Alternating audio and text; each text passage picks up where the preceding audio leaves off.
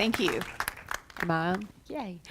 Well, I am thrilled to be able to share with you today a topic that I just am very passionate about. Just as Michelle said, you're going to find that as each speaker talks, I think you will have something you can identify with, whether you go in that field or not. But I entitled my talk One More because I think that if we're going to end the sexual exploitation of children, it's going to take all of us looking beyond ourselves and going to one more. And I'll go back to the beginning. I actually was planning to be a kindergarten teacher all of my life. And I just love to sit on the floor and tell stories to my children and love them and see them just think that I'm the greatest thing, because that's what kindergarten children do. And so as I walked through that time of being a teacher and then going out of that field for a season and getting to see things that were going on in my city, it was a time when I had to really examine myself and say, do I want to live in my bubble?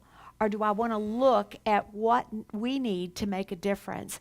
And so in 2001, there was just a group of really housewives and their families that came together to meet a desperate need that we had been made aware of in the city of Atlanta. And we were just actually providing a place of restoration and a place for someone to live who was in a very desperate place. But we did not know that the very first girl that walked through our doors was actually a trafficking survivor. I mean, she told me her story. It was so different from my life story till I was just like listening and trying to keep my jaw from falling to the ground and just trying to be compassionate and understanding and caring for her. And in the process of doing that, realized that I was way over my head, and I was really afraid that I wouldn't be able to meet her needs, or none of us would be able to meet her needs, but made a conscious decision that we're going to do this. We're going to take this one more thing that needs to happen to make a difference for this one girl. And you may wonder, well, where and how did that come into play in your DNA? And I think that all of us have had experiences in our lives that cause us to choose a pathway. And I want to share with you what my pathway was beyond wanting to be a kindergarten teacher, beyond caring with a group of women. But when I was just in kindergarten, in first grade, I was actually in elementary school where my older brother, was going to school. And my oldest brother had Down syndrome. And so as the little girl, even though he was my older brother, I had this heart that I had to defend him. I had to protect him. And one day we were on the playground and I was jumping rope and I heard this older boy, his name was John, and he was taunting my brother. He was being a bully. And I was furious.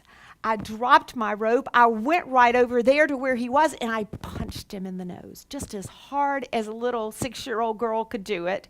And blood was everywhere. He was bigger than I was, but I got him. And no one was mad with me because everybody knew he was a bully. The thing about a bully is a bully until somebody confronts them. And I want you to know that the toughest, the meanest, the ugliest bully I have ever come across over these last almost 14 years is someone that bullies little girls. And I want you to hear the story, and then I'm going to share a response that we can have to that. You see, Wellspring Living was started because a group of women cared. And it grew from caring for one girl to caring for literally hundreds of girls over the last 14 years. And it was, we started out just working with young women, 18 and up, but there was a point when that changed, and that was when Mayor Franklin came to me, and she said to me, I know what you've been doing for young women. Most of the women we served were women who, as children, were sexually abused. And you may not know this, but 1 in 4 girls by the age of 18 has been sexually abused or molested, and 85% of those have been among family or friend. And so the very people that these young girls were supposed to be able to trust have stolen their innocence. And what that does to a young girl is it filters the rest of their life until they get some help. And in fact, it is medically proven, if you look at brain scans, that someone who've experienced sexual abuse, their brain scan looks different.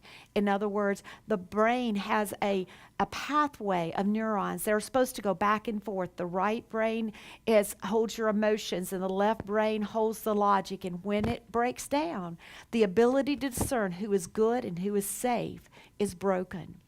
And so in this process of trying to understand what's going on in these young women's lives, we learned that there needed to be a way of recovery. There needed to be therapy. You needed to look at each person as a whole person, body, mind, and spirit, and provide for all of her needs so she could walk toward an independent and full life.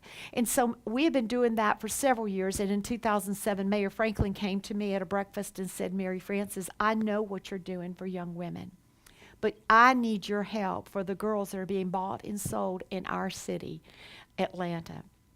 And I thought when she said that, oh, you are just exaggerating. It cannot be that bad. So I began to look and to research, and do you know that outside this auditorium tonight, there will be 100 girls exploited. That means girls under the age of 18. And just as we were told earlier, the entry age is about 12. So think about a 12-year-old. How much discernment does any 12-year-old have, whether she had had trauma or not? But think about someone that's gone through this kind of trauma and how she doesn't know. Most of the girls that we serve have run away from home, run away from what's supposed to be their safe place. Wonder why. Something's not healthy at home. In their little mind, they're running away to what they think is going to be better. And across the nation, we know that there are 100 to 300,000 children that will be exploited this year. And we're not talking about girls that are from other countries. The numbers that I'm sharing with you today are girls that were born in America. They could be your daughter, your granddaughter, or your niece. So when Mayor Franklin put that challenge to me and I began to find out the facts, I realized that I couldn't just go on doing what I had been doing. I would rather have stayed in my bubble where we were seeing great success with young women coming in and moving forward in their life, and it was feeling pretty good. Why would I go outside of this place, outside of where we felt our wheelhouse was, to work with children, where we have been told, it's really, you probably are not going to see much success because we've seen people try to work with this group and they just run away. They don't stay. It's just going to be too hard and way too expensive. And many people refer to the girls who've been trafficked as throwaways. But once you have gone through the process of watching someone's life change because of people caring and seeing how smart and resilient they are, you can't just say no. And so one more thing we decided to do was to move our age group down to the age of 12 and to develop a program for young girls ages 12 to 17. Girls like Maria, who walked through our doors at the age of 15. And her mom was a professional. She was an accountant. But she didn't think that she had a chance for life at all. The beautiful thing about watching the girls change is it's almost as if you can see their faces and their eyes light up as they stay longer and longer with you. One of the things that helps our girls stay is education. Each girl gets their own pathway. They have an individualized plan for their education because they come in. 12-year-olds have a different path than a 15-year-old. So this young girl started in and began to be able to earn credits for her high school diploma, and because of our partnership. And as she did that, she realized that she didn't think she was good at school, but she realized she was good at school. And we had to literally hide her books because she wanted to do school 24/7. Well, Maria kept doing well, and by the time she was ready to complete all of her recovery program, she only lacked one semester from finishing her high school diploma. So at the age of 16, she finished our program and went to a public high school and graduated. And then that summer enrolled in college. And a young girl who was thought that there's no hope, there's no way you're going to be able to finish school or have a life, even in her own mind, We now see her being extremely successful. She's now a sophomore in college and doing great. And all because a group of people said, I'm going to pull out and I'm going to do one more thing. I'm going to care about one more. And I just want to say to you that as a community in our city, and really cities all across the United States, this is an epidemic problem. And if we don't choose to do this, it will take over, because what happens to those girls who don't get help? Well, you need to know that many of them are incarcerated and begin this cycle of criminal activity that can last the rest of her life, because of the fact that she does not have the right intervention, she doesn't have the right help. But all of us can have a part to play in that. And I think about the fact that of many girls like Cindy. Cindy found her father murdered at the age of 3. And at the age of 3, a child, they can see what's happened, but they don't understand what's really going on. And so in her mind, she felt like it was her fault. And the person that loved her the most, her dad, was dead, and so no one would ever love her again. At the age of 5, her mom sold her to pay their utilities. Unbelievable. And that began a pattern of going from one foster home to the next foster home to the next foster home. And when she walked in our doors, she had been in 27 placements with 26 different counselors. So can you imagine how confusing that could be for a little girl 14 years of age? She sat down in the therapy office with Tracy, our therapist, and she began to say, nothing's going to help me. In fact, Tracy began the trauma-informed type of therapy that we were using, and she looked at Tracy, and she said, I've already had that. In fact, I can do that on you, and I don't need that. It's not going to work for me. So Tracy had the wisdom to say, okay, let's go for a walk.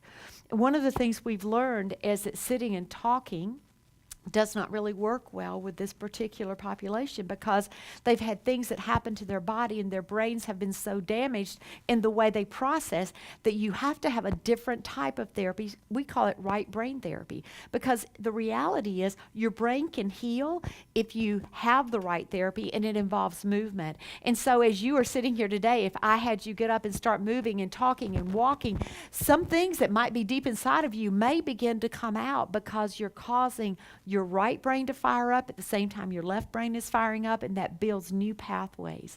So with that therapy, Cindy, who thought that she was not lovable, that it was all her fault that her father was murdered, and all the nightmares that had happened as a result of that for the last several years, began to subside. And do you know that Cindy was then able to learn? She was able to get on grade level. She left us, went to her school, graduated from high school, and received a scholarship for college. Cindy has a new life. But her choices, her pathway didn't look like it was going to be that way when she walked through our door. So it takes the right kind of therapy. It takes people who care. It takes people who care as a staff, but it also takes people who care in the community. We work with lots of volunteers. And about 2 years ago, we actually wrote a book about that, about the fact that the girls that we serve need the help of our community. And we called it The White Umbrella. And so if you haven't read it, I'd love for you to, because it tells a story that's different from a lot of the trafficking stories and books that are being written. Most of the books that were being written at that time were people telling the horrors of it, or girls telling their story. But what we wanted to do is kind of tell the bigger picture. We want you to know that these girls are just little girls. They did not choose this for their life. They were just little girls who were caught in a trap, as this young girl said, lured by somebody she thought was safe. But he was really a bully and took advantage of her vulnerability. We want you to understand that. We want you to understand physiologically and medically what happens to the brain. So there's a whole chapter on that. But then the rest of the book tells the story of volunteer after volunteer who chose to do something to help our girls. And we call that opening an umbrella. Because quite frankly, the girls that we have the opportunity to bump up against are girls who have been in the worst storm of their life, the worst storm you can imagine. And we've had some crazy storms this summer, rain and hail and all of that stuff. And if you're out and about, though, you're looking in the back seat, where is my umbrella? we all have an umbrella that we can open up over us in the middle of a physical storm. But we all have gifts and talents that are within us, and I just want to refer to that as an umbrella. These girls are over here in the middle of the storm.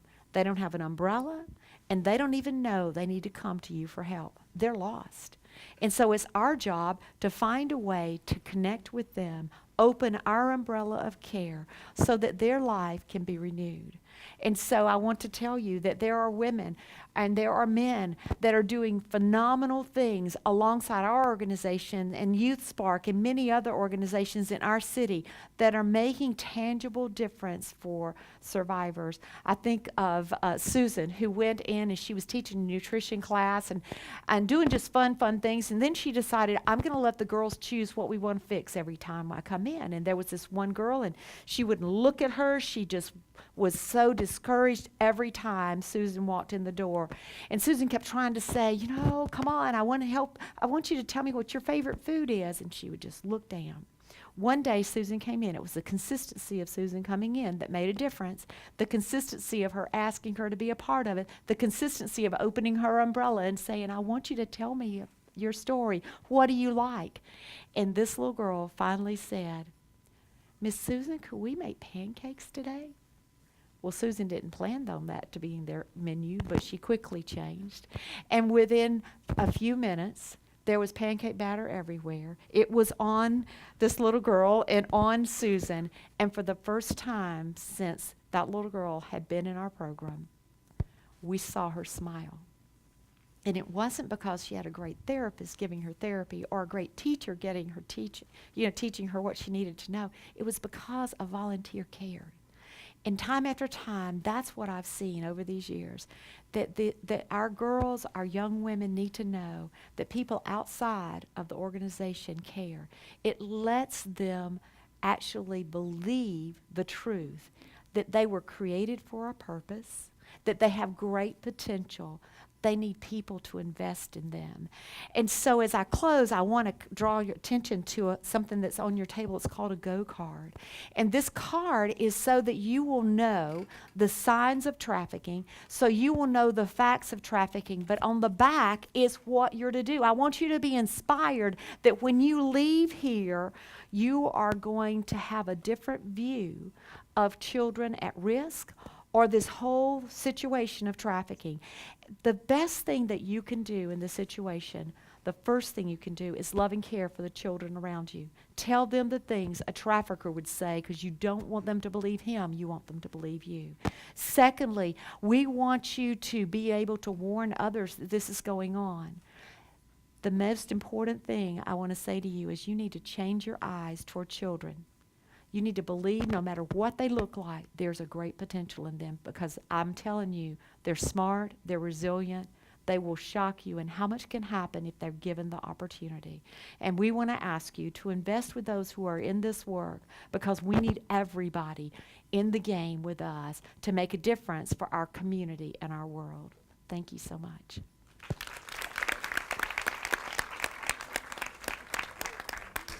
Thank you, Mayor Francis. That was very touching. And just to piggyback on Michelle's presentation earlier, if you haven't found your Kasudi, then maybe that's an opportunity to connect with it. So if you have any questions, yes, I see one up here. What is the ratio of boys and girls in trafficking?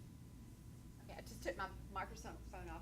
97% are girls that have been identified, and only about 3% are boys.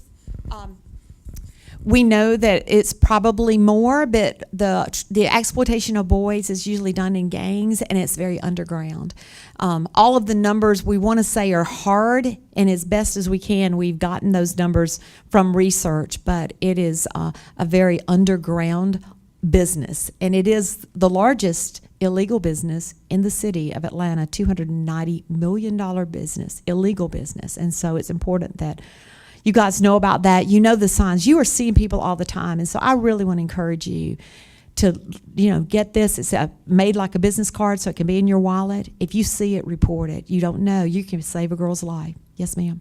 Are there any information about, does this take place in hotels or Yep. people's homes? Yep. All over. Airport, Yep. bathrooms? Yep. Where physical locations can we look I mean, you can look everywhere. Hotels was really one of the places that we first were made most aware, but right now and it is still going on in hotels. We have so many stories of our girls being exploited in hotels. However, because they can buy and sell children over the internet, sometimes they're delivered to people's homes. Our first girl was trafficked in townhouses off of Northbridge Parkway, not far from here.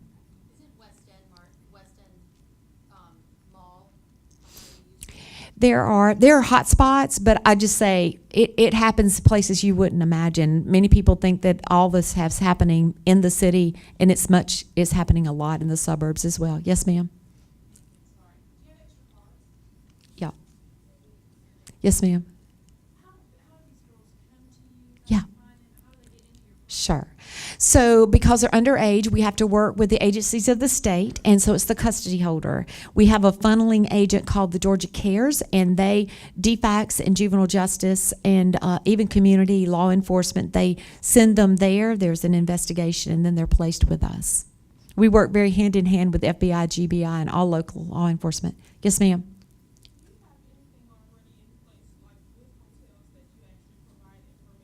Mm-hmm. Mm-hmm. Yeah, we really work more with Youth Spark is one of our partners, and so we're working real closely with the girls. Yeah, we tell the story, but Kathy McCullough began this whole process of working with the Westin and several Marriott, several hotels in downtown Atlanta has done training with all their staff. ECPAC has got a code of conduct that they have asked all hotels, airlines, everybody in the business of working with people have been made aware of, and many of them have signed on. Delta's been doing a great job of training their flight attendants as well. Yes, ma'am.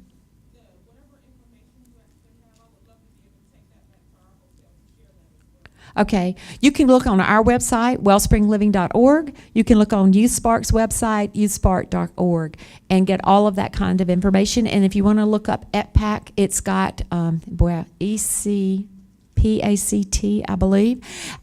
They have the code of conduct listed there. Okay, thank you so much.